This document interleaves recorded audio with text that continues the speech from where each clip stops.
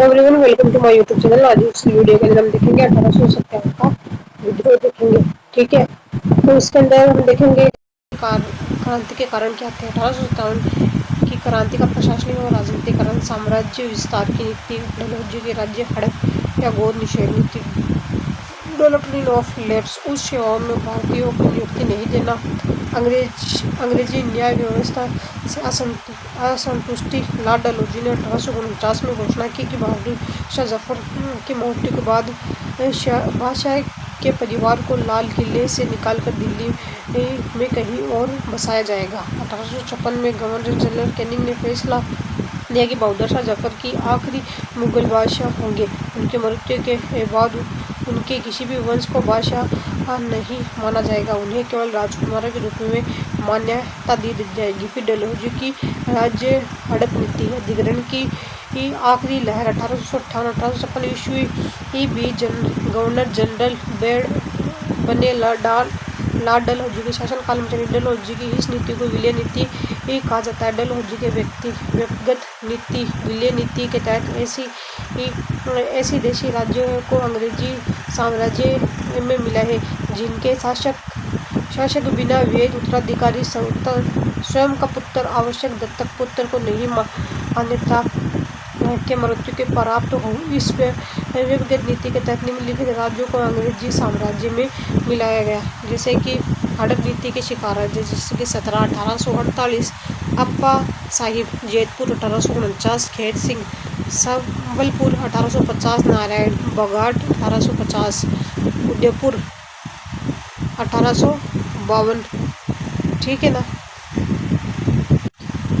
1852, नागपुर 1853, रघुजी तृतीय, झांसी जो 1854 में, गंगाधर राव ताजोड़ जो 1855, अवध जो 1856। फिर है करौली राजस्थान को लॉर्ड डलहौजी ने व्यक्तिगत नीति के तहत अंग्रेजी साम्राज्य को मिलाने का प्रयास किया, पर कोर्ट ऑफ डायरेक्टर्स ने इस निर्णय को स्वीकार नहीं किया। 1857 की क्रांति के सामाजिकरण, भारतीय परंपरा और रीति रिवाजों की उपेक्षा, अंग्रेजी शिक्षा को बढ़ावा देना, भारत के प्रति भेदभाव, प्रथम श्रेणी यात्रा की अनुमति नहीं थी। 1850 में पैतृक संपत्ति कानून, जिसमें हिंदू से ईसाई धर्म ग्रहण करने पर पैतृक संपत्ति से वंचित नहीं किए जाने का प्रावधान किया। फिर 1857 की क्रांति के धार्मिक कारण, भारत में धर्म प्रचार अंग्रेजों का एक छद्म उद्देश्य था। हाउस ऑफ कॉमन्स में ईस्ट इंडिया कंपनी के अध्यक्ष मैगल्स ने कहा कि देवयोग ने भारत का विस्तृत साम्राज्य अंग्रेजों को इसलिए माना था कि अपने मजहब की पताका भारत के एक छोर से दूसरी छोर तक फहरा सके। 1813 के अधिनियम द्वारा ईसाई मिशनरियों के भारत में धर्म प्रचार की स्वीकृति दी गई तथा सेना में पादरियों की नियुक्ति की गई। 1830 के बाद कंपनियों ने ईसाइयों के बीच जमीन खरीदने व संपत्ति जुटाने की छूट प्रदान की। फिर बाद में है 1850 में एक कंपनी द्वारा एक नया कानून बनाया गया जिसमें ईसाई धर्म को अपनाना और आसान हो गया। इस कानून में प्रावधान किया गया था कि कोई अगर भारतीय कोई ईसाई धर्म अपनाता है तो उसके पूर्व की संपत्ति पर उसका अधिकार पहले जैसा ही होगा। फिर 1857 की क्रांति के आर्थिकरण, किसानों व जमींदारों का आर्थिक शोषण, राजस्व वसूली, अकाल के समय किसानों का शोषण, भारतीय उद्योगों को नष्ट करना, जिसके लिए इंग्लैंड में बने माल को भारत में खपाने के लिए भारतीय वस्त्रों पर भारी कर लगाया गया। 1857 की क्रांति के सैनिकरण, वेतन भत्ते, पत्रोन्नति व व्यवहार में भेदभाव, भारतीय को 9 रुपये मासिक दिया जाता था, जबकि अंग्रेजों को 60 या 70 रुपये मासिक दिया जाता था। क्रिमियों के युद्ध में अंग्रेजी की हार से भारतीय सेना को प्रेरणा मिली। 1854 में सिपाहियों को समुद्री रास्ते से बर्मा जाने का आदेश दिया। 1824 में सिपाहियों को समुद्री रास्ते से बर्मा जाने का आदेश दिया, जिसका भारतीय सैनिकों ने विरोध किया क्योंकि उस समय समुद्र यात्राओं को धर्म विरुद्ध माना जाता था। अंग्रेजों ने 1833 के चार्टर एक्ट की पालना नहीं करके उच्च पद केवल अंग्रेजों के लिए सुरक्षित रखे। 1854 के डाकघर अधिनियम के द्वारा भारतीय सिपाहियों को मिल रही निःशुल्क डाक सुविधा को समाप्त कर दिया गया। 1856 में लॉर्ड कैनिंग ने नवीन सामान्य सेना भर्ती अधिनियम पास कर दिया, जिसके अनुसार अब भारतीय सैनिकों को भारत के बाहर समुद्र पार भी सरकार की आवश्यकता अनुसार जाना पड़ेगा। फिर इसी समय गेहूं के आटे में हड्डियां का चूरा मिला आकर खाने की अफवाह उड़ी और तथा थर्ड लाइट कैवेलरी द्वारा दांतों से कारतूस खींचने से मनाही करने पर सैनिकों की परेड करवा दी। फिर बाद के अंदर है 1857 की क्रांति का तात्कालिकरण। चर्बी वाले कारतूसों को 1857 की क्रांति का तात्कालिक कारण माना जाता था। हेनरी हार्डिंग ने सैनिक साजो सामान का आधुनिकीकरण किया, जिसके तहत ब्राउन बेस के स्थान पर एनफील्ड राइफल का इस्तेमाल शुरू किया, जिसमें चर्बी वाले कारतूस चिकने कारतूस का प्रयोग होता था। फिर है आरंभ में ब्रिटिश फौजी सिपाहियों द्वारा मास्केट तोड़ादार बंदूक मैचलॉक बंदूक का प्रयोग किया जाता था। मस्केल पैदल सिपाहियों द्वारा उपयोग की जाने वाली बंदूक मैचकोल शुरुआती बंदूक जिसमें माचिस से चिंगारी दी जाती थी। फिर है क्रांति का आरंभ व विस्तार। कुछ इतिहासकारों के अनुसार 1857 की क्रांति की योजना नाना साहब के सलाहकार अजमुल खां व सतारा के राणोजी बापू ने बनाई थी। फिर बाद में इस योजना के प्रचार हेतु कमल के फूल व रोटी को चुना गया तथा क्रांति का दिन 31 मई 1857 तय गया था। चौकीदारों द्वारा चपातियाँ एवं गांव से दूसरे गांव पहुंचाई जाती थी। फिर 29 मार्च 1857 को बैरकपुर की छावनियाँ में 34वीं नेटिव इन्फेंट्री रेजिमेंट के मंगल पांडे ने चर्बी वाले कारतूस मुंह से काटने से मना कर दिया था।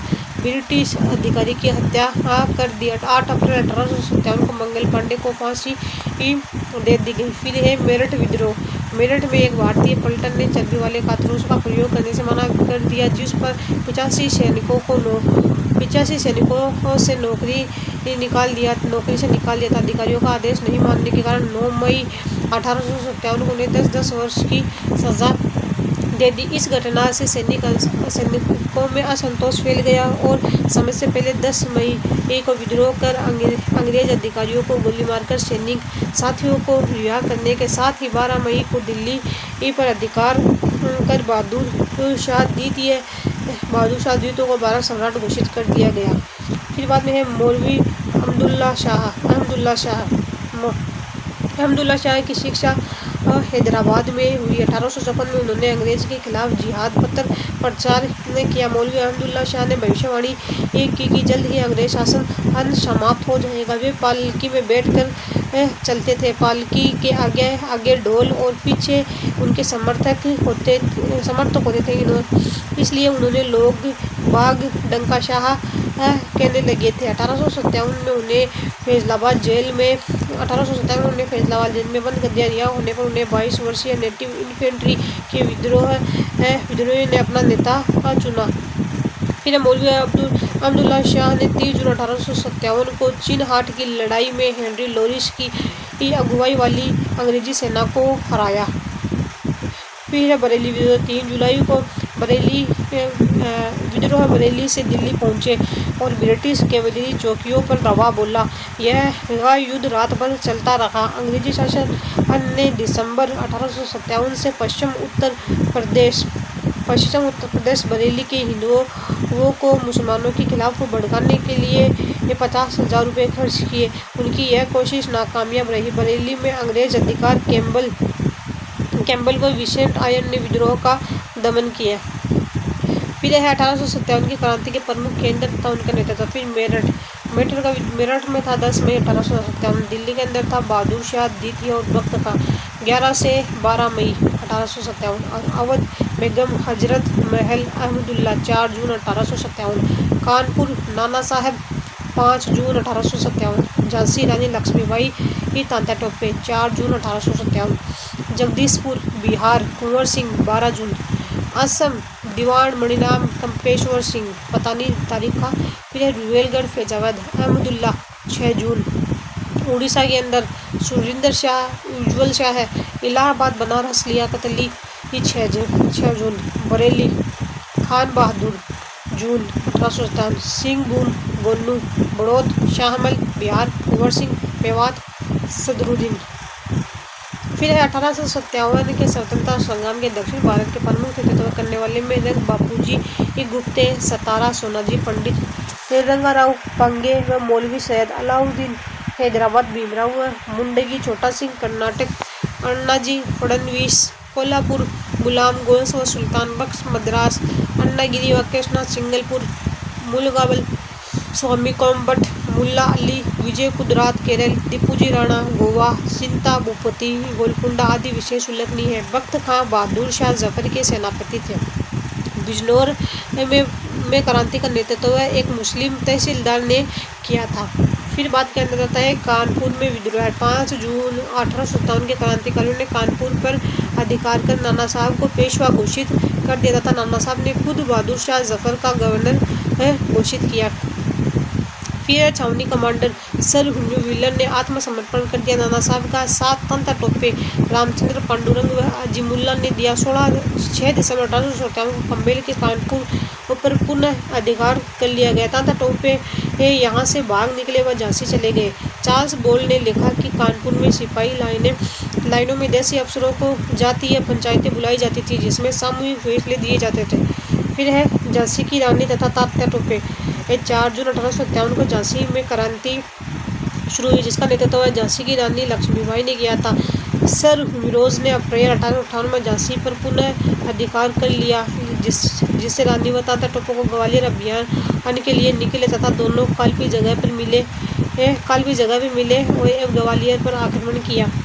फिर बाद में है ग्वालियर को अंग्रेजों सेना ने घेर लिया। 17 जून 1858 को लक्ष्मीबाई व इमरोज स्मिथ की सेना से लड़ती हुई वीरगति को प्राप्त हो गई। तात्या टोपे वहां से बच निकले तथा अंग्रेजों की नींद हराम करते रहे। अंत में सिंधिया के सामंत मान सिंह ने टोपे को पकड़ाया व उन्हें फांसी दी गई। सुभद्रा कुमारी चौहान ने रानी लक्ष्मीबाई के संदर्भ में खूब लड़ी मर्दानी, वो तो झांसी वाली रानी थी, नामक कविता रचना की।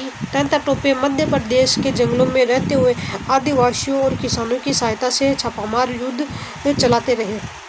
फिर मध्य प्रदेश के मांडला क्षेत्र में राजगढ़ की रानी अवंतीबाई लोधी ने अंग्रेजों के खिलाफ नेतृत्व किया। अवंतीबाई ने खेड़ी की लड़ाई में अंग्रेजों को भी हराया था। फिर अवध और 1857 की क्रांति। 1858 की क्रांति में डलहौजी ने कहा था कि ये गिलास फल चेरी एक दिन हमारे ही मुंह में आकर मिलेगा। डलहौजी ने नवाब वाजिब अली शाह पर कुशासन व संधि भंग का आरोप लगाकर 13 फरवरी 1856 को अवध को अंग्रेजी राज्य में मिला लिया तथा कहा कि अवध की जनता को नवाब के कुशासन से आज़ाद कराने के लिए कर्तव्य में बंधे हुए हैं, इसलिए अवध पर कब्जा करने को मजबूर है। नवाब वाजिद अली शाह ने उनको गद्दी से हटाकर कलकत्ता से निष्कासित कर दिया। नवाब वाजिद अली शाह को अपने प्यारे लखनऊ से विदा ले रहे थे। बहुत सारे विलाप करते हुए कानपुर तक उनके पीछे गए थे। फिर नवाब के निष्कासन से पैदा हुए दुख और अपमान के एहसास को व्यक्त करते हुए एक प्रेक्षक ने लिखा था, देश से जाना जा चुकी थी, शहर की काया बेजान थी। नवाब के निष्कासन के दुख को एक लोकगीत भी इस प्रकार व्यक्त किए गए। अंग्रेज बहादुर आइन मुल्क लई लिन्हो। अवध को बंगाल आर्मी की पौधशाला कहा जाता है। 7वीं अवैध ग्वालियर कैवेलरी ने सर्वप्रथम चर्बी वाले कारतूसों का इस्तेमाल मई 1857 करने से इनकार किया तथा 18वीं नेटिव इन्फेंट्री को लिखा कि हमने अपनी जान की रक्षा के लिए यह फैसला लिया और 48वीं नेटिव इन्फेंट्री के हुक्म का इंतजार कर रहे हैं। फिर 4 जून 1857 को लखनऊ में भारतीय सैनिकों ने रेजिडेंसी को घेर कर विद्रोह कर दिया जिसमें हेनरी लॉरेंस की मृत्यु हो गई। फिर है नवाब वाजिद अली शाह के बेटे बिरजेश कदर को नया नवाब घोषित कर दिया तथा बिरजेश कदर ने भी बहादुर शाह जफर को अपना बादशाह मान लिया। हेवलॉक व आउटरूस ने लखनऊ जीतने का असफल प्रयास किया। मार्च 1858 में मुख्य सेनापति कोलिन कैम्पबेल ने गोरखा रेजिमेंट की सहायता से लखनऊ पर पुनः अधिकार किया। फिर नोट विद्रोह के दौरान कैप्टन रियर्से की सुरक्षा का जिम्मा भारतीय सिपाहियों पर था। इस पर अवध में तैनात 41वीं नेटिव इन्फेंट्री ने दलील दी कि वे अपने तमाम गोरे अधिकारियों को खत्म कर चुके हैं, अतः अवैध मिलिट्री रियर्से से मौत के घाट उतार दे, 41वीं नेटिव इन्फेंट्री के हवाले कर दे। अवध मिलिट्री द्वारा दोनों अपीलें खारिज कर दी तथा मामले सुलझाने हेतु विदेशी अफसरों की पंचायतें बुलाई गई थी। 16 अगस्त 1857 को लेफ्टिनेंट कर्नल टाइलर ने कमांडर इन चीफ को टेलीग्राम में लिखा, कि हमारे लोग विरोधियों की संख्या और लगातार लड़ाई से थक गए हैं। एक एक गांव हमारे खिलाफ है, जमींदार भी हमारे खिलाफ हो रहे हैं। 1856 में एक मुश्त बंदोबस्त लागू किया गया, जिसमें तालुकदारों को उनकी जमीनों से बेदखल किए जाने लगा। अंग्रेजों के खिलाफ सबसे लंबा प्रतिरोध अवध में चला। फिर 1857 में वाजिद अली शाह द्वारा निर्मित प्लेजर गार्डन रंग बाग की रक्षा करने वाले 2000 और से ज़्यादा विद्रोही सिपाहियों को कैम्पबेल के नेतृत्व में ब्रिटिश सैनिकों ने मार डाला था। फिर है शाहमल।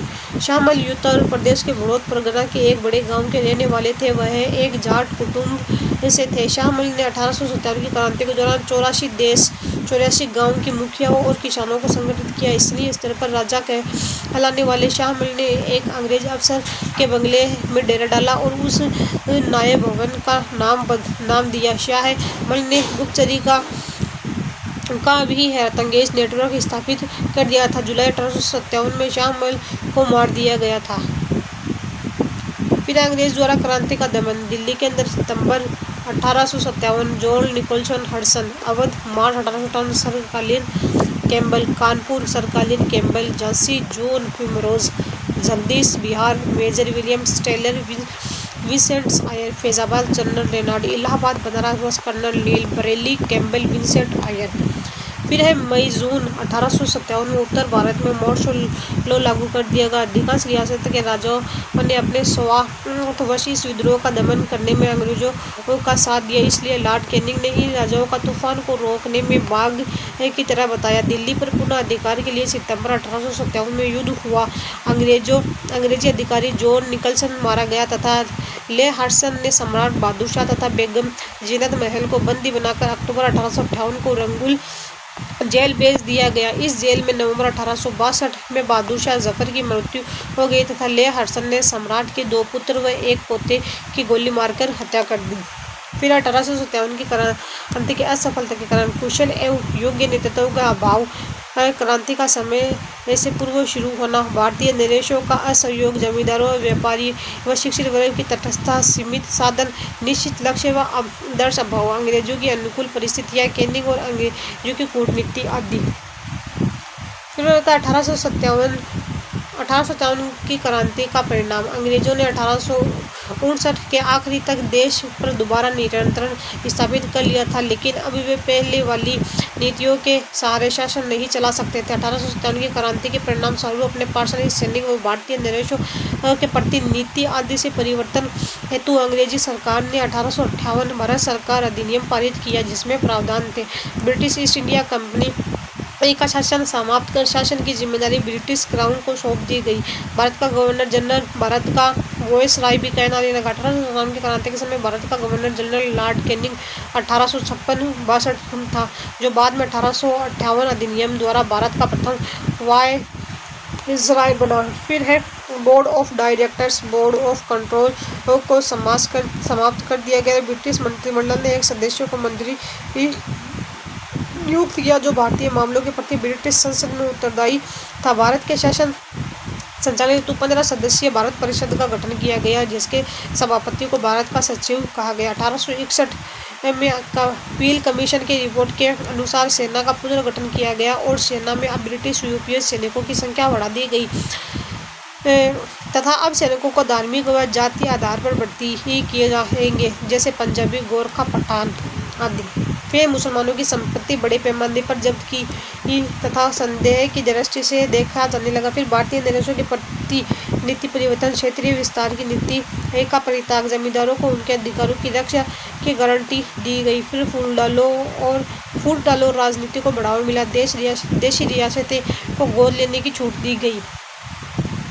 फिर सामाजिक धार्मिक व्यवस्था में हस्तक्षेप नीति, राष्ट्रीय आंदोलन का प्रोत्साहन। 1857 की क्रांति का स्वरूप। 1857 की क्रांति का स्वरूप को लेकर विद्वान एकमत नहीं थे। इस क्रांति के स्वरूप को लेकर महत्वपूर्ण विद्वानों के मत हम निम्नलिखित तालिका से जान सकते हैं। फिर बाद के अंदर है प्रमुख नेता।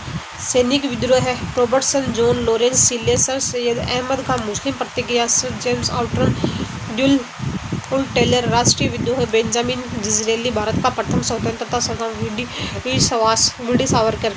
यह क्रांति सफेद लोगों के विरुद्ध काले लोगों का संघर्ष थी। Sir JKE.W.S. रसेल जन विद्रोह, जॉन ब्रूस नॉर्टन अंग्रेजों को भारत से बाहर निकालने का जन प्रयास, मोलिशन विद्रोह का स्वरूप राष्ट्रीय था। अशोक मेहता सभी वर्गों के लोग के बिना मतभेद के आपसी मेमने में बुलाकर अंग्रेजों को भारत से बाहर निकालने का सामूहिक प्रयास किया, जो राष्ट्रीय विद्रोह की श्रेणी में आता था। डॉक्टर सत्याग्रह।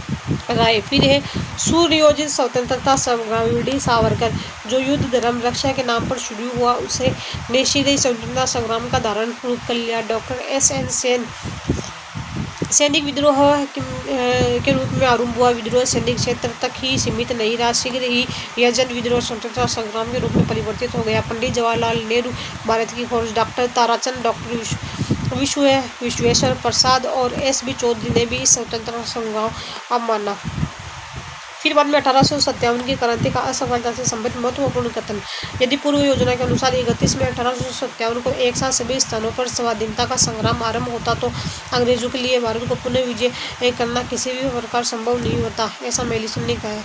इन राज्यों व शासनों के तूफान को रोकने में आदि की तरह काम लिया। भारतीय शासक जिन्हें क्रांति में अंग्रेजों का साथ दिया के बारे में कैनिंग, लोगों के सामने यदि कोई स्पष्ट आदर्श रखा होता तो जो उनके हृदय से आकृष्ट कर सकता तो क्रांति का अंत भी इतना अच्छा होता जितना कि वीर सावरकर। क्रांति में अंग्रेजों की कूटनीति ही उनकी सफलता की चाबी थी। RC मजमूदार ने कहा, यह तथा कि प्रथम राष्ट्रीय स्वतंत्रता संग्राम न तो प्रथम न राष्ट्रीय तथा न ही स्वतंत्रता संग्राम, RC मजमूदार ने ऐसा कहा है। फिर है द ग्रेट विलियन अशोक मेहता, भारत में राष्ट्रवाद, doctor Satyagraha, war of Indian independence, Bharat का स्वतंत्रता समर, वीर सावरकर ने इस पुस्तक की रचना इंडिया हाउस लंदन में की थी।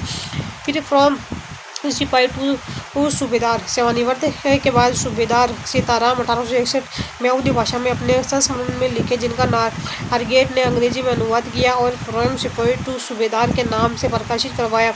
नॉरगेट ने ही सीताराम को संस्मरण लिखने के लिए प्रेरित किया था। सूबेदार सीताराम पांडे 1857 के विद्रोह को दबाने में अंग्रेजों की मदद की, हालांकि उनका बेटा विद्रोह के साथ था और उस अंग्रेजों ने सीताराम की आंखों के सामने ही मार डाला था। सीताराम पांडे का मानना था कि अवध के नवाब तथा दिल्ली के बादशाह के नुमादों की सिपाही को अंग्रेजों के विरुद्ध उकसाया था।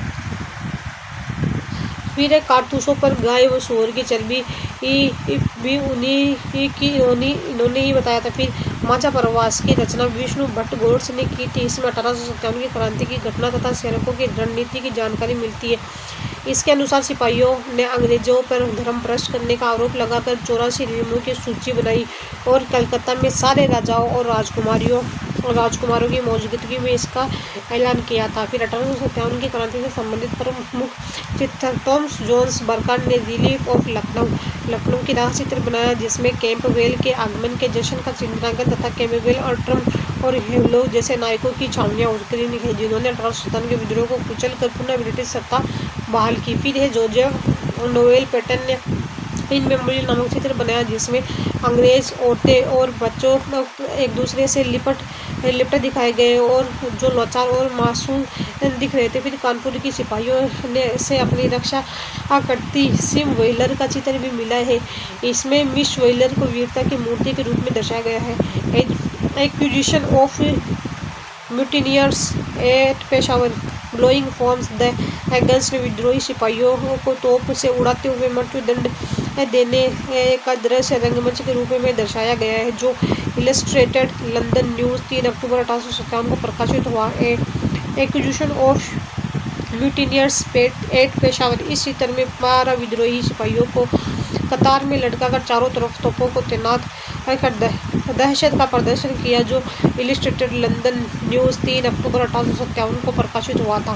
फिलिस ब्यूटो ने सिकंदराबाद नामक चित्र बनाया, जिसमें प्लेजर गार्डन के खंडरों के पास 4 आदमी दिखाए गए, जो क्रांति का केंद्र था। फ्रांसिस ग्रांट द्वारा हेनरी हार्डिंग का चित्रण बनाया गया था।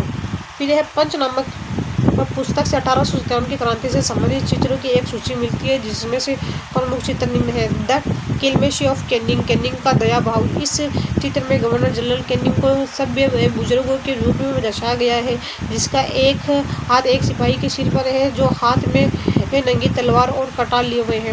नोट: जब गवर्नर जनरल कैनिंग ने ऐलान किया कि नरमी और दया भाव से सिपाहियों की वफादारी हासिल करने में मदद मिलेगी तो ब्रिटिश प्रेस में उसका मजाक उड़ाया गया।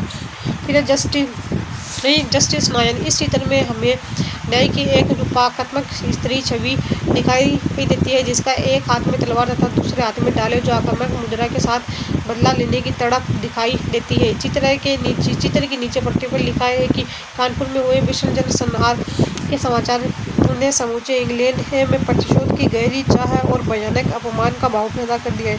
बंगाल टाइगर से ब्रिटिश शेर का प्रतिरोध विविध है। फिरंगी फारसी भाषा का शब्द है जो संभवतः फ्रेंच, जिससे फ्रांस का नाम पड़ा है, से निकला है। पश्चिमी लोगों का मजाक उड़ाने के लिए कभी कभी इसका प्रयोग अपमानजनक दृष्टि से भी किया जाता है। पंजाब की सिख सेना व नेपाल की गोरखा सेना दोनों ने ही अंग्रेजों का साथ दिया था। फिर रायबरेली के राजा हनुवंत सिंह द्वारा क्रांति के समय अंग्रेजों को पनाह दी गई तथा उन्होंने सुरक्षित स्थान पर पहुंचाई। फिर आजमगढ़ घोषणा: क्रांतिकारियों ने मुगल बादशाह बहादुर शाह के नाम पर बादशाही घोषणा जारी की कि आजमगढ़ घोषणा के नाम से जानी जाती है। इसमें क्रांतिकारियों ने मोहम्मद और महावीर की दुहाई देते हुए जनता से समर्थन की मांग की। 25 अगस्त 1857 को बादशाही आदेश जारी हुआ जो आजमगढ़ घोषणा के नाम से जाना जाता है, जिसमें हिंदुस्तान के लोग अंग्रेजों की नीतियों से परेशान होकर अंग्रेजों के विरुद्ध धर्म युद्ध में भाग लिया। इस घोषणा में 5 भागों में बांटा गया है। फर्स्ट, जमींदारों के संदर्भ में बादशाह सरकार बनने के बाद जमींदारों के हितों की रक्षा की जाएगी। व्यापारियों के संबंध में अंग्रेजों के व्यापारियों के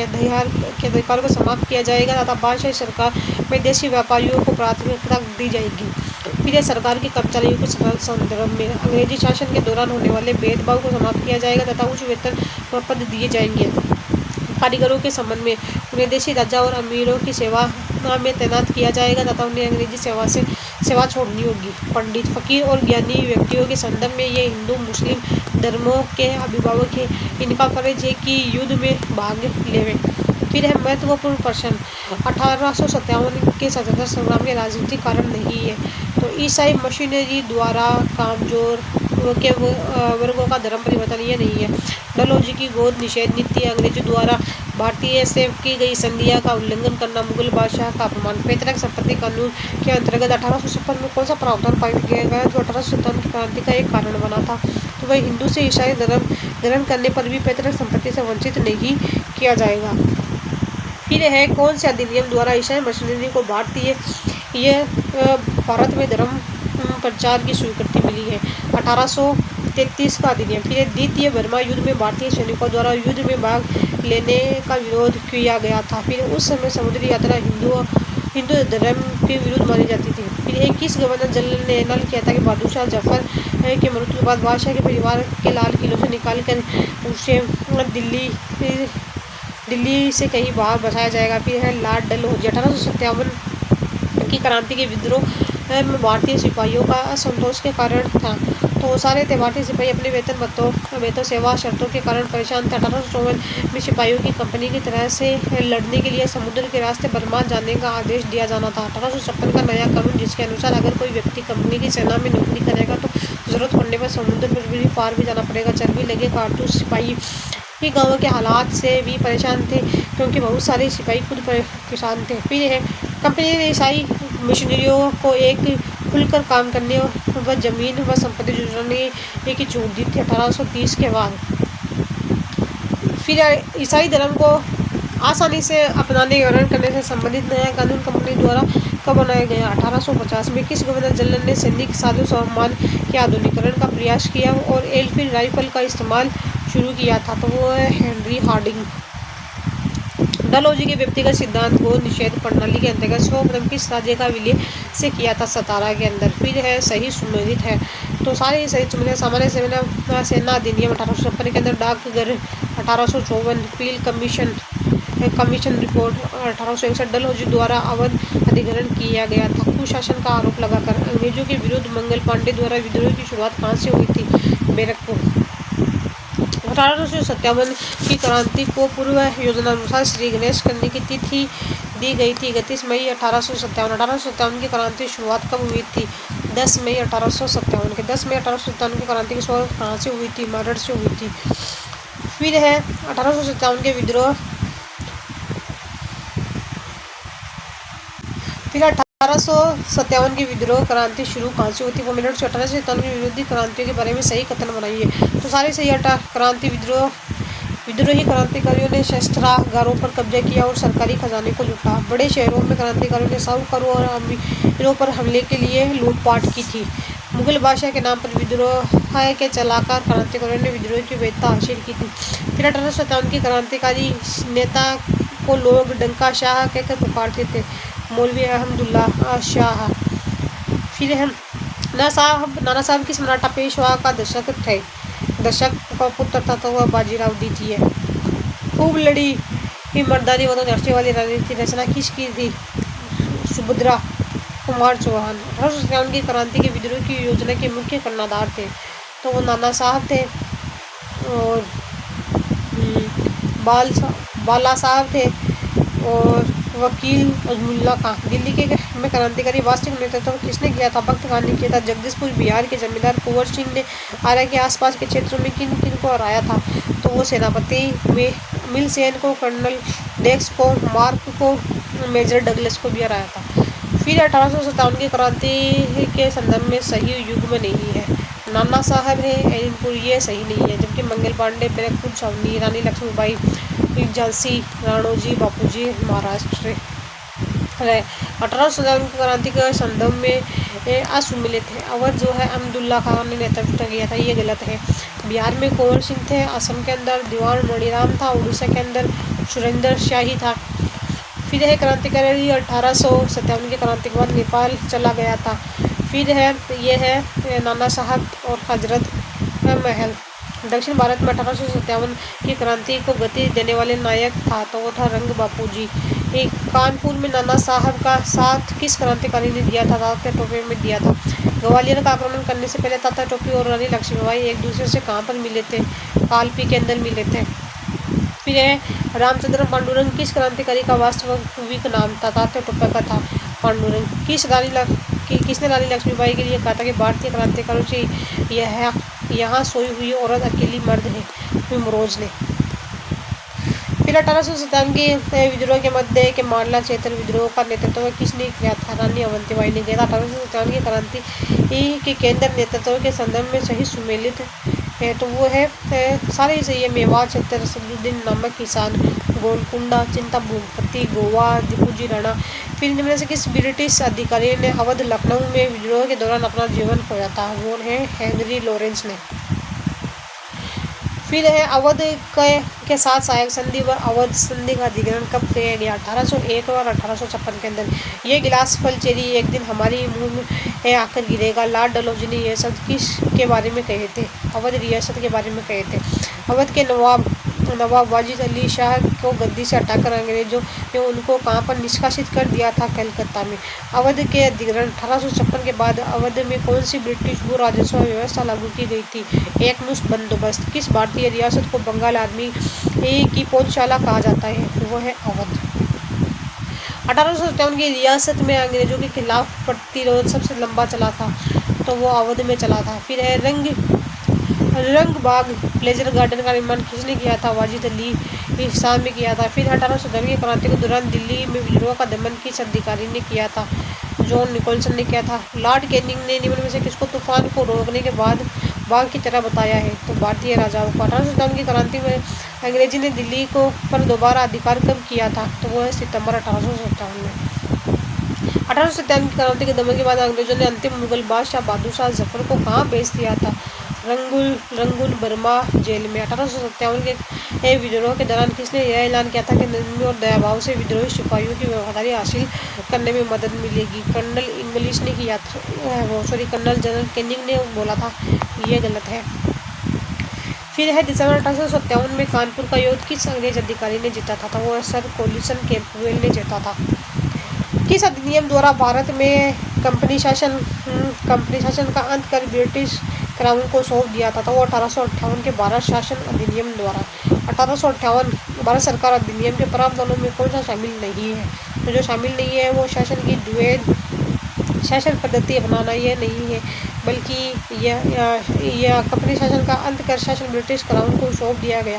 फिर ये भी सही है, ब्रिटेन ऑफ कंट्रोल और बोर्ड और डायरेक्टर के समस्त अधिकारी भारत सचिव को सौंप दिए गए हैं। भारत गवर्नर जनरल अब वायसराय कहलाने लगा। ये विषय भारत का प्रथम वायसराय कौन था?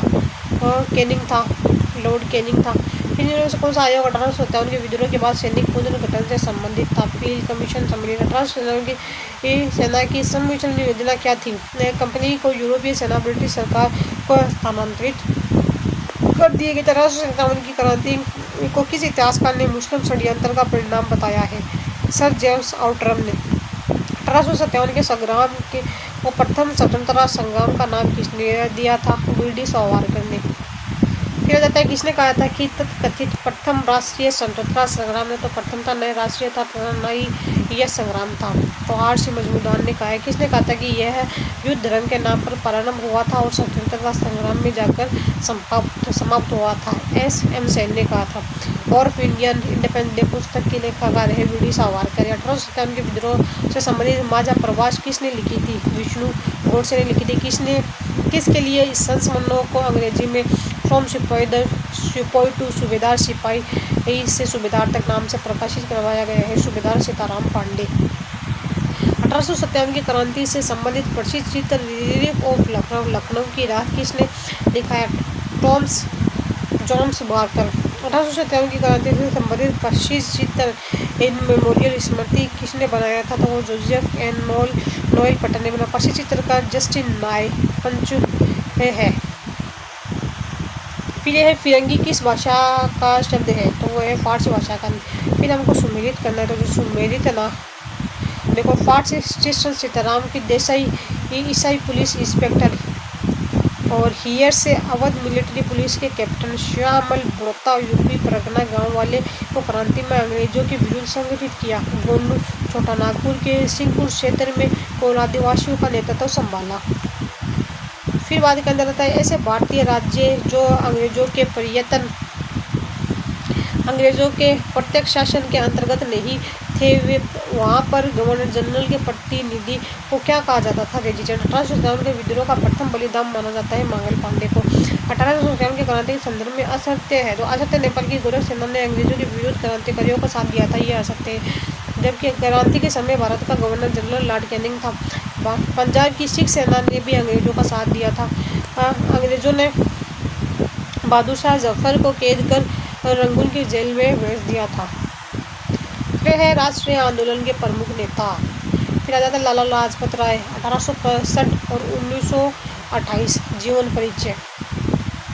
लाला लाजपत राय का जन्म 28 जनवरी 1865 को पंजाब प्रांत के तत्कालीन फिरोजपुर वर्तमान मोगा जिले के गुड़के गांव में हुआ था। वे राधा किशन अग्रवाल तथा गुलाबी देवी के ज्येष्ठ पुत्र थे। इनकी पत्नी नाम राधा देवी था। इन्होंने प्राथमिक शिक्षा रोपड़ स्कूल तथा वकालत की शिक्षा सरकारी कॉलेज लाहौर से प्राप्त कर हिसार रोहतक में वकीलत की थी। देश के अग्रणी स्वतंत्रता सेनानी लाला लाजपत राय को शेर ए पंजाब तथा पंजाब अब केसरी के नाम से भी जाना जाता था। वे इटालियन राष्ट्रवादी मेजनी को अपना प्रथम गुरु मानते थे। राजनीतिक जीवन जो था, पहला सार्वजनिक भाषण 1882 में अम्बाला में हिंदी भाषा के समर्थन में दिया था। उन्होंने 1888 के कांग्रेस के प्रयाग सम्मेलन में पहली बार पंजाब के प्रतिनिधि के तौर पर भाग लिया था। वे गरम दल के प्रमुख नेता त्रिमूर्ति लाला वाल राय में से एक थे। स्वदेशी आंदोलन लॉर्ड कर्जन द्वारा 1950 ईस्वी में किए गए बंगाल विभाजन के विरोध में प्रारंभ स्वदेशी आंदोलन को नरमपंथी बंगाल तक सीमित रखना चाहते थे, परंतु गरमपंथी लाल बालपाल के प्रयास से कांग्रेस के 1906 ईस्वी के कोलकाता अधिवेशन में स्वदेशी बहिष्कार, राष्ट्रीय शिक्षा एवं स्वशासन से संबंधित चार प्रस्ताव पारित हुए तथा स्वदेशी व बहिष्कार आंदोलन से संपूर्ण भारत में करने का निर्णय लिया गया। स्वदेशी आंदोलन की प्रमुख विशेषता आत्मनिर्भरता थी, जिसमें आर्थिक क्षेत्र देशी उद्योगों को बढ़ावा मिला। 1907 ईस्वी में अंग्रेज सरकार ने किसान विरोधी कानून पारित किए। जमींदार एसोसिएशन के नियंत्रण पर लालाजी लायलपुर में किसान आंदोलन का नेतृत्व भगत सिंह के चाचा आदित्य सिंह ने किया था। 9 मई 1907 ईस्वी को अंग्रेज हुकूमत ने लाला लाजपत राय को रावलपिंडी में गिरफ्तार कर लिया गया तथा उन्होंने 6 माह का निर्वासन मंडल जेल बर्मा सहना पड़ा था। कांग्रेस का सूरत अधिवेशन दिसंबर 1907 ईस्वी में कांग्रेस का वार्षिक अधिवेशन सूरत में हुआ। इस अधिवेशन में अध्यक्ष पद को लेकर गर्मपंथियों में मतभेद उत्पन्न हो गया। गर्मपंथी लाला लाजपत राय को कांग्रेस का अध्यक्ष बनाना चाहते थे वे, परंतु नरमपंथियों ने रास बिहारी घोष को अध्यक्ष बनवा दिया। विवाद बढ़ने पर गर्मपंथियों को कांग्रेस से निष्कासित कर दिया गया था। कांग्रेस दो दलों नरम दल तथा गर्म दल में बंट गई। कालांतर में लाला लाजपत राय ने इस घटना को याद करते हुए लिखा, सूरत अधिवेशन के साथ हमारे राष्ट्रीय आंदोलन का एक युग समाप्त हुआ तथा दूसरे आरंभ हो गया। यह युग स्वर्गीय श्री तिलक की देन थी। फिर आते हैं ब्रिटेन यात्रा। लाला जी ने अपने जीवन काल में 4 ब्रिटेन की यात्रा की, जिसमें पहली बार 1905 खोखले के साथ तथा अंतिम यात्रा कांग्रेस के प्रतिनिधि 1914 में पंजाब प्रांत की ओर से की थी। 1908 में लाला जी ने ब्रिटेन की यात्रा के दौरान तिलक व अन्य राजनीतिकों कैदियों की रिहाई की मांग की थी। अमेरिका में लाला लाजपत राय। प्रथम विश्व युद्ध के दौरान लाला जी के कुछ जापान जुलाई 1915 अधिवेशन के समय अमेरिका में व्यतीत किया। अक्टूबर 1917 में लाला लाजपत राय ने न्यूयॉर्क में इंडियन होम रूल लीग की स्थापना की, जिसके स्वयं अध्यक्ष जेटी सदरलैंड उपाध्यक्ष बने थे। फिर आ जाता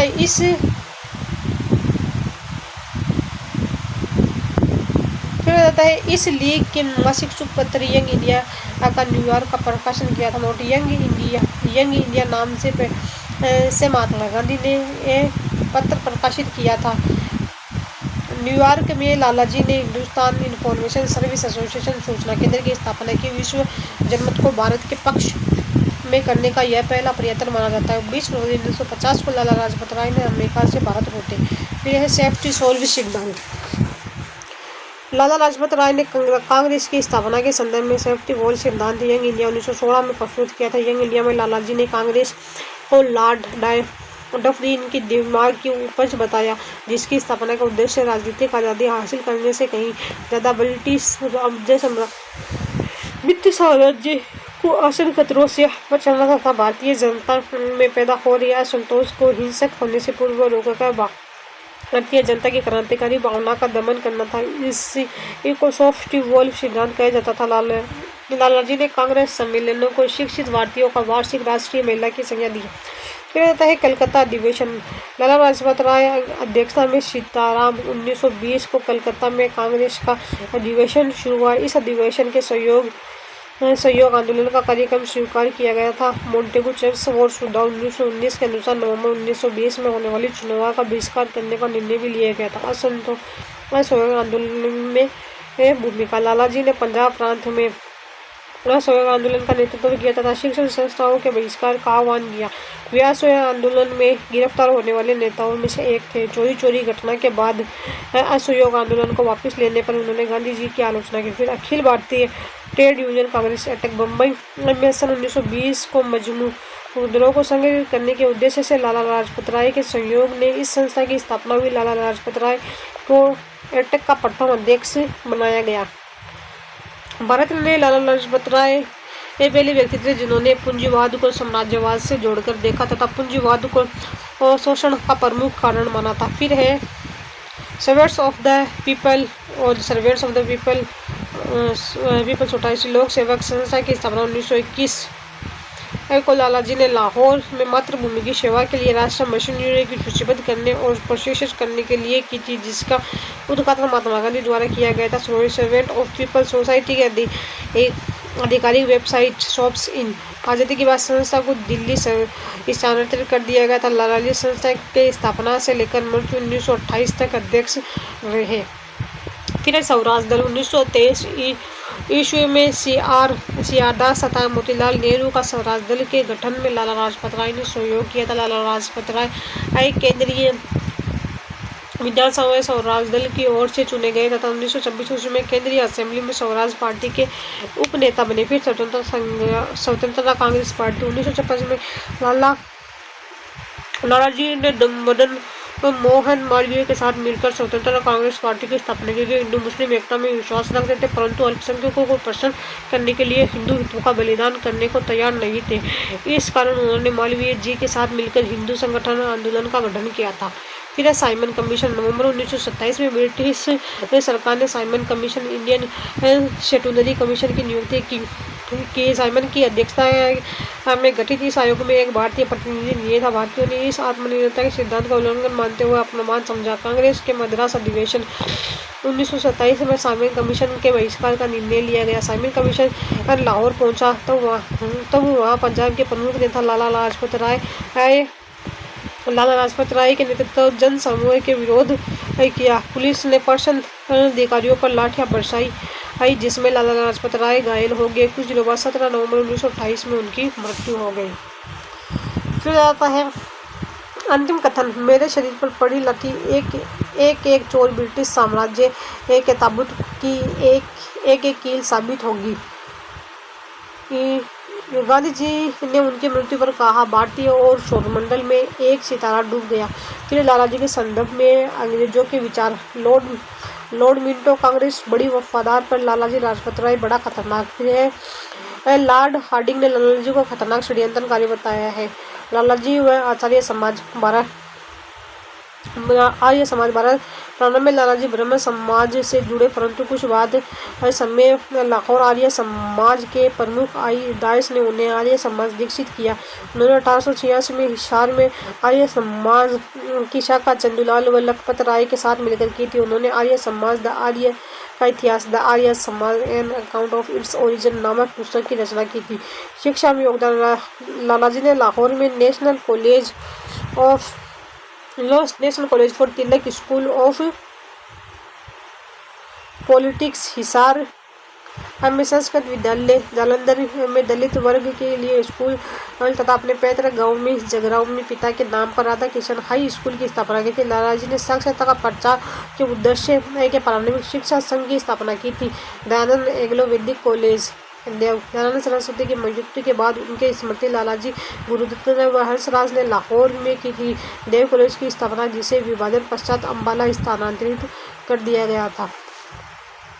प्रकाशित समाचार पत्र द पंजाबी लाहौर से अक्टूबर 1904 प्रकाशित साप्ताहिक अंग्रेजी पत्रिका। इस पत्र का आदेश वाक्य किसी भी मूल्य पर स्वावलंबन था। वंदे मातरम 1920 में उर्दू प्रकाशित दैनिक समाचार पत्र था। द पीपल 1925 में प्रकाशित अंग्रेजी साप्ताहिक पत्र। यंग इंडिया न्यूयॉर्क से प्रकाशित।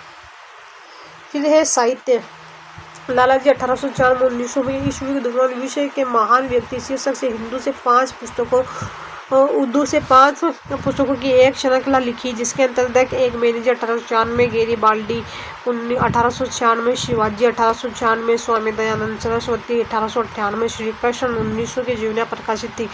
नोट मेजनी की जीवनी के वीर सावरकर मराठी भाषा ने भी लिखा है कि के.सी. सिंह मराठ ने सावरकर द्वारा लिखित जीवन का अनुवाद किया था। उन्होंने गुरुदत्त विद्यार्थी 1891 तथा अशोक की जीवनी भी लिखी। भारतीय राजनीति से संबंधित प्रमुख थे। England debate of India 1917, the political future of India, unhappy India 1928, the problem of national education in India, the history of my life, आत्मकथा। इन्होंने ब्रिटेन के प्रधानमंत्री डेविड लॉयड जॉर्ज के नाम खुले पत्र नामक पुस्तिका भी लिखी। Young India. लालाजी ने अपनी इस पुस्तक में राष्ट्रीय आंदोलन की आंतरिक व्याख्या तथा इतिहास लिखते हुए कांग्रेस की असफलता का पहला कारण बताया कि कांग्रेस आंदोलन न तो लोगों द्वारा प्रेरित था, न ही यह उनके द्वारा सोचा या योजनाबद्ध किया गया था। इसकी स्थापना एक अंग्रेज द्वारा अंग्रेज शासक के सुझाव पर की गई थी। उन्होंने अंग्रेजों से लोकप्रिय आंदोलन की अनिवार्यता का अभाव बताते हुए कहा कि नेताओं का जनता से कोई संपर्क नहीं था। इस पुस्तक में उन्होंने कांग्रेस के उत्तरदायित्व लाल काल के को अवसादी आंदोलन की शंका देते हुए कहा कि अधिक से अधिक इससे पाखंड और देशद्रोह को बढ़ावा तथा कुछ लोगों को देशभक्ति के नाम पर व्यापार करने का अवसर मिला है। फिर अन्य तथ्य ये लाहौर नगर निगम के सदस्य चुने गए थे। लालाजी ने पंजाब में पंजाब नेशनल बैंक 19 मई 1896 तथा लक्ष्मी बीमा कंपनी की स्थापना की। ये 1925 में हिंदू महासभा के अध्यक्ष बने। फिर है बाल गंगाधर तिलक 1856-1920। जीवन है इनका जीवन परिचय। लोक बाल गंगाधर तिलक जन्म 23 जुलाई 1856 को महाराष्ट्र के रत्नागिरी जिले के चीखला गांव में एक ब्राह्मण परिवार में हुआ था। उनका बचपन का नाम केशव था। उनके पिता का नाम गंगाधर रामचंद्र तिलक और माता का नाम पार्वती था। फिर है दक्कन कॉलेज से बीए तथा बम्बई विश्वविद्यालय से वकालत की परीक्षा उत्तीर्ण की। आर्यभूषण प्रेस के संस्थापक विष्णु शास्त्री को तिलक का गुरु व प्रेरक कहा जाता है। लोकमान्य मृत्यु 1 अगस्त 1920 में हुई थी। फिर है उपाध्याय लोकमान्य बेदास बादशाह आधुनिक बादशाह भारत का निर्माता। महात्मा गांधी ने मृत्यु पर श्रद्धांजलि देते हुए कहा है भारतीय क्रांति के जनक जवाहरलाल नेहरू। राजनीतिक जीवन तिलक ने पहले नेता थे जिन्होंने राजनीतिक आंदोलन को सशक्त बनाने के लिए धार्मिक जोश का प्रयोग किया। एज ऑफ कैसेट बिल सम्मति आयु अधिनियम 1891 का तिलक ने विरोध किया। इसी से उन्हें राजनीतिक पहचान प्राप्त हुई। उनका मानना था कि अंग्रेजों को भारतीय समाज में हस्तक्षेप करने का कोई अधिकार नहीं। तिलक पहले व्यक्ति थे जिन्होंने स्वराज की मांग की। स्पष्ट रूप से कहा स्वराज मेरा जन्म अधिकार है और मैं इसे लेकर रहूंगा। 1882 में अंग्रेज सरकार ने तिलक व गोपाल गणेश्वर अगरकर को 4 माह का कारावास कर दिया क्योंकि उन्होंने अंग्रेजों द्वारा कोल्हापुर के महाराज एस शिवाजी राव के प्रति भ्रष्टा करने की निंदा अपने पत्र मराठा व केसरी में की थी। तिलक ने 1889 में कांग्रेस के मुंबई अधिवेशन में पहली बार भाग लिया था। 1854 में तिलक ने अकालग्रस्त किसानों का समर्थन करते हुए लगान माफ करने की मांग की थी। लगान बंदी आंदोलन। फिर है तिलक प्रथम राष्ट्रवादी नेता थे जिन्होंने जनता से निकट संबंध स्थापित करने का प्रयत्न किया था। इस दृष्टि से वे महात्मा गांधी के अग्रगामी थे। लाल पाल चित्रकूट में एक तिलक पहले कांग्रेसी नेता थे जिन्होंने हिंदी को राष्ट्रभाषा बनाने का सुझाव दिया था। पूर्व सार्वजनिक सभ्यता महादेव गोविंद रानड़े व सहयोगी द्वारा स्थापित इस संगठन में अधिकार को लेकर गोखले व तिलक के बीच प्रतिस्पर्धा थी। 1895 में जब तिलक पूर्व सार्वजनिक सभा के अध्यक्ष बने तो संगठन में फूट पड़ गई तथा 4 नवंबर 1896 को गोपाल काशन गोखले ने विरोधी संगठन दक्कन सभा का गठन किया। गोखले व तिलक में वैचारिक भिन्नता के कारण परस्पर प्रतिस्पर्धा थी। रेड एस्ट हत्याकांड पुणे 1897 में पुणे प्लेग जैसी भयंकर बीमारी फैल गई। इस प्लेग निवारण नाम पर अंग्रेज अधिकारियों के जबरन भारतीयों घरों में घुसने एवं महिलाओं के साथ दुर्व्यवहार करने का समाचार तिलक अपने अखबार केसरी में छापा, जिससे प्रभावित होकर दामोदर चापोकर बालकृष्ण चापेकर ने जून 1897 के दो प्लेग अधिकारी कमीशन रेड लेफ्टिनेंट IS गोली मारकर हत्या कर दी। फिर है नव युवकों को भड़काने का आरोप लगाकर तिलक 27 जुलाई 1897 को बम्बई में गिरफ्तार कर लिया तथा राजद्रोह के अपराध में उन्हें 18 माह कारावास की सजा दी गई। पत्रकारिता के पत्र लिए जेल जाने वाले प्रथम भारतीय थे। फिर है प्रोफेसर मैक्स मूलर तथा सर विलियम हंटर ने तिलक की तरह रिहाई के ब्रिटिश महारानी सक्षम याचिका प्रस्तुत करने की, जिस पर महारानी के आदेश से उन्हें 6 सितंबर 1898 को रिहा कर दिया गया। नोट तिलक भारत के प्रथम राजनीतिक कैदी माने जाते हैं। कलकत्ता अधिवेशन 1906 बंगाल विभाजन के पश्चात कलकत्ता में हुए कांग्रेस अधिवेशन में तिलक में उनके सहयोगी के प्रयास से स्वदेशी शासन बहिष्कार तथा राष्ट्रीय शिक्षा की मांग का प्रस्ताव पारित किया गया था। स्वदेशी आंदोलन व तिलक बम्बई प्रेसिडेंसी के प्रमुख नेताओं से एक थे। उन्होंने महाराष्ट्र में स्वदेशी बहिष्कार का प्रचार किया। इसी संदर्भ में जनवरी 1907 को कलकत्ता में तिलक द्वारा गया उनका tenets of the new party व्याख्यान में लोकप्रिय हुआ। उन्होंने पूना में विदेश वस्त्रों की होली जलाई तथा लोगों में स्वदेशी का संदेश